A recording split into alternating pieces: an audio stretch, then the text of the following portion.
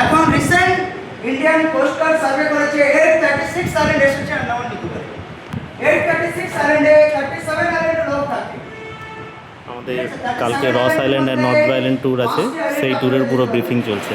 যেরকম Neil Havelock কলিবয় red skin সিং কারেন্ট plus North Bay Ross island, ঠিক আছে। তো 836 আইল্যান্ডের মধ্যে কালকে আপনাদের দুটো আইল্যান্ডের ট্যুর হবে। দুটো আইল্যান্ডের মধ্যে সর্বপ্রথম আপনাদেরকে নিয়ে যাওয়া হবে নেতাজি সুভাষচন্দ্র বোস আইল্যান্ডে, যে আইল্যান্ডটা ইংরেজদের সময় হেডকোয়ার্টার ছিল। আজকের ডেটে হিস্টোরিক্যাল প্লেস, ওই আইল্যান্ডের নাম চেঞ্জ হয়ে গেছে। আইল্যান্ডের নাম হয়েছে নেতাজি সুভাষচন্দ্র বোস আইল্যান্ড। বোস আইল্যান্ড আগে ছিল কি রস? আগে ছিল রস আইল্যান্ড, এখন নাম চেঞ্জ হয়ে নেতাজি সুভাষচন্দ্র বোস আইল্যান্ড হয়েছে। ওই আইল্যান্ডে ইংরেজদের সময় হেডকোয়ার্টার ছিল। আজকের ডেটে হিস্টোরিক্যাল প্লেস আছে, ওখানে আপনারা হেঁটে চলে গাড়িতে ঘুরতে পারবেন।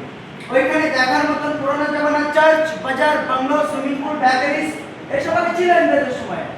আজকের ডেটে কিছু কিছু জায়গায় ভাঙাচোরা বিল্ডিংস আছে, কিছু কিছু জায়গায় বোর্ড লাগানো আছে। ওইখানে লাইভে দেখতে পাবেন ডিয়ার অ্যান্ড পিকক, হরিণ আর ময়ূর। হরিণ ময়ূরের সঙ্গে আপনারা টাচ করে ছবি নেবেন, সেলফি নেবেন, কোনো অসুবিধা নেই।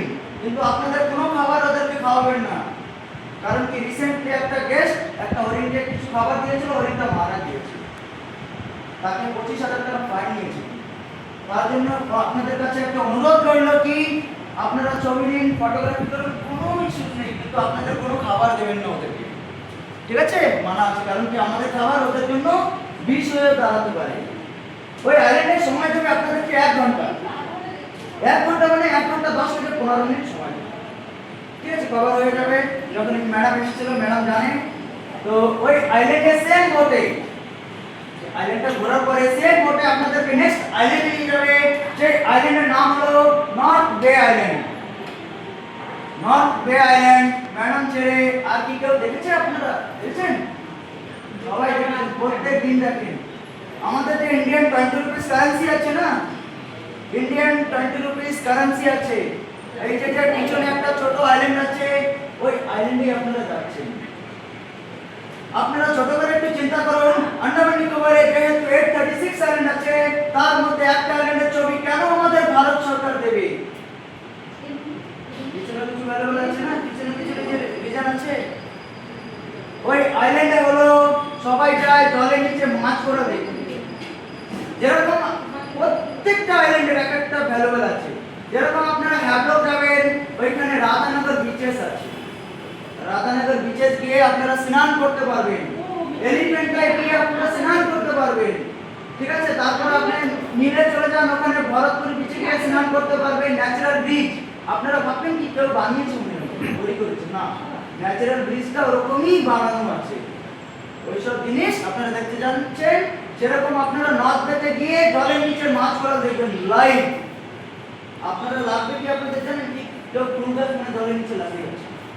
আর ওইখানে নর্থ বেতে গিয়ে ওইখানে মোটামুটি আপনাদেরকে 2.5 থেকে 3 ঘন্টা সময় দেওয়া হবে।